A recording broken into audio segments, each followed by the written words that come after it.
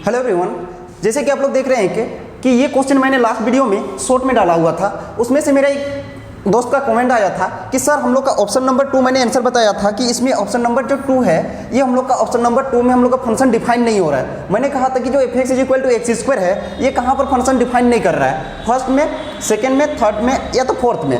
तो और मैंने आंसर भी बताया था कि ये सेकेंड हम लोग का जो होगा R2 R पॉजिटिव में फंक्शन डिफाइन नहीं कर रहा है। लेकिन क्यों नहीं कर रहा है, तो मेरे जब एक दोस्त का कमेंट आया कि बताया गया कि सर ये तो फंक्शन डिफाइन करेगा, क्यों नहीं करेगा, तो उसके लिए मैं आंसर देना चाहूँगा। देखो कि यहाँ पर ये जो फंक्शन है ये हम लोग का क्या कहता है कि डोमेन का जो सेट है वो तो पूरा रियल नंबर से आ रहा है, लेकिन जो कोडोमेन का जो सेट है वो हम लोग का क्या है, R पॉजिटिव है। तो अगर मैंने f(x = x²) है, f(x = x²), अगर मैंने क्या किया कि इसमें अगर मैंने R से कोई भी एक नंबर ले लिया, जैसे सपोज दैट 0, x = मैंने क्या ले लिया 0, तो f(0) का जो वैल्यू होगा ये भी हम लोग का क्या होगा 0 का स्क्वायर which = 0 होगा।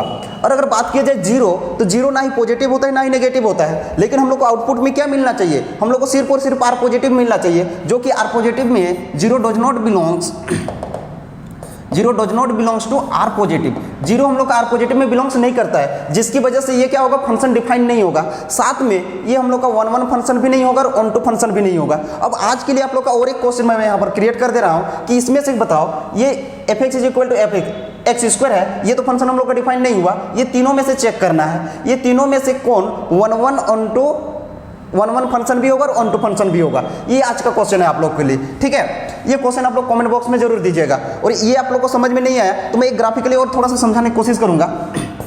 देखिए जो फंक्शन होता है ना, फंक्शन हम लोग का कहता है कि every pre image have a unique image. जितने भी प्री इमेज होगा उसके पास सिर्फ और सिर्फ एक ही इमेज होगा। अगर मैंने इसको ग्राफिकली अगर रिप्रेजेंट करा दिया, ग्राफिकली कैसे कराऊंगा, ये तो मेरा क्या होता है, डोमेन का सेट होता है, डोमेन, और ये मेरा x एक्सिस होता है, ये x का होता है, ये y का, ये कोडोमेन होता है, ठीक है।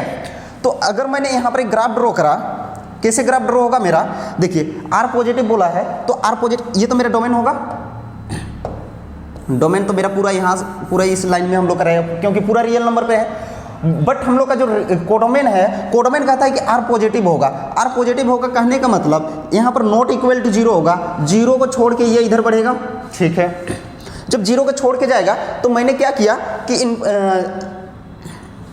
मैंने ले लिया कि डोमेन में 0 को ही ले लिया। किसको ले लिया मैंने, जब 0 को लूंगा और 0 को जब y एक्सिस के पैरेलल में मैं जब लाइन ड्रॉ करूंगा, y एक्सिस के पैरेलल में, तो ये क्या होगा, ये कहीं पर भी इंटरसेक्ट नहीं कर रहा है। जब कहीं पर भी इंटरसेक्ट नहीं कर रहा है तो ये हम लोग का क्या होता है कि ये हम लोग का फंक्शन डिफाइन नहीं करता है। इसके लिए मैंने और एक वीडियो बनाया था, अच्छा वीडियो उसमें नहीं अपलोड किया हूँ मैंने ग्राफिकली कोई भी फंक्शन को चेक करने का एक रूल बताया था, ठीक है। उसमें हम लोग कैसे चेक करते हैं, देखिए ये हम लोग का क्या होता है, डोमेन का सेट होता है, और ये हम लोग का क्या हो गया, कोडोमेन का।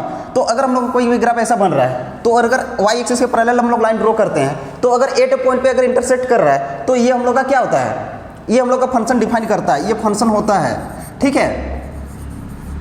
अगर मान लो कि ये हम लोग का हो गया और एक ग्राफ ड्रॉ किया ऐसा, तो ये यहाँ पर जब हम लोग लाइन ड्रॉ करेंगे y एक्सिस के पैरेलल, तो यहाँ पर हम लोग का फंक्शन डिफाइन नहीं हो रहा है क्योंकि ये ग्राफ जो है इसको कहीं पर ये इंटरसेक्ट नहीं कर रहा है। तीसरा जो हम लोग का एक कंडीशन आता है कि अगर मान लो कि अगर मैंने ले लिया इस टाइप से, तो इसको मैंने जब लाइन ड्रॉ किया, पूरे रियल नंबर की बात कर रहा हूँ अभी, तो जब मैं लाइन ड्रॉ किया तो ये 2 पॉइंट पे इंटरसेक्ट कर रहा है, तो अगर 2 पॉइंट पे इंटरसेक्ट कर रहा है तब भी ये फंक्शन डिफाइन नहीं होता है, नॉट फंक्शन, ठीक है। इसमें भी नॉट फंक्शन, इसमें भी हम लोग का फंक्शन डिफाइन नहीं होता है। अब फंक्शन डिफाइन कैसे होता है, सिर्फ और सिर्फ एक ही पॉइंट पे अगर इंटरसेक्ट करेगा तभी हम लोग का फंक्शन डिफाइन होगा।